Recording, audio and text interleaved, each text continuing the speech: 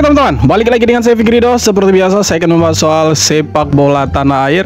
Dan kali ini soal Garuda Calling. Jadi tadi pagi sudah diumumkan 32 nama yang akan membela timnas Indonesia di pertandingan antara Indonesia versus China di tanggal 5 Juni nanti, dan juga Indonesia versus Jepang di tanggal 10 Juni nanti. Jadi ada 32 nama yang sudah resmi dipanggil oleh Patrick Kluivert, dan ada nama-nama baru yang sebelumnya tidak terdengar tetapi kali ini ikut dipanggil oleh Patrick Kluivert, dan ada beberapa nama yang tidak dipanggil oleh Patrick Kluivert.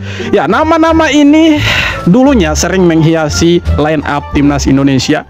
Ya, ada seperti Stefano Lillipali yang akhirnya setelah sekian lama tidak bermain untuk timnas, terakhir tahun 2023 kembali lagi untuk bermain untuk timnas Indonesia. Dan ada satu nama di lini belakang, kiper. Ya, ini kipernya PSM Makassar yang dipanggil juga.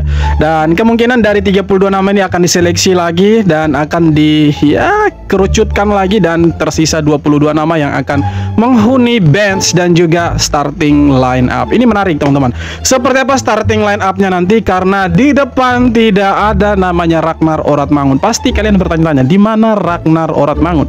Ya, jadi Ragnar Oratmangun tidak dipanggil oleh Patrick Kluivert bukan karena alasan yang lain atau dalam tanda kutip tidak mau bermain untuk timnas, tapi Ragnar Oratmangun lagi sakit dan lagi terserang virus, dan itu sudah dari seminggu yang lalu kalau saya tidak salah, sehingga dia tidak bisa dipaksakan untuk TC di Bali, pemusatan latihan di Bali, apalagi untuk bertanding lawan Cina dan juga lawan Jepang. Menarik sekali, tidak ada nama Elkan Bagot seperti yang sudah kita prediksi sebelumnya, bahwa Elkan Bagot kemungkinan besar tidak akan dipanggil oleh Patrick Kluivert, walaupun ada isu dan rumor yang mengatakan bahwa Elkan Bagot kemungkinan besar akan bermain untuk timnas. Kali ini Garuda Calling-nya akan ada nama Elkan Bagot, tapi setelah diumumkan rupanya tidak ada nama Elkan Bagot.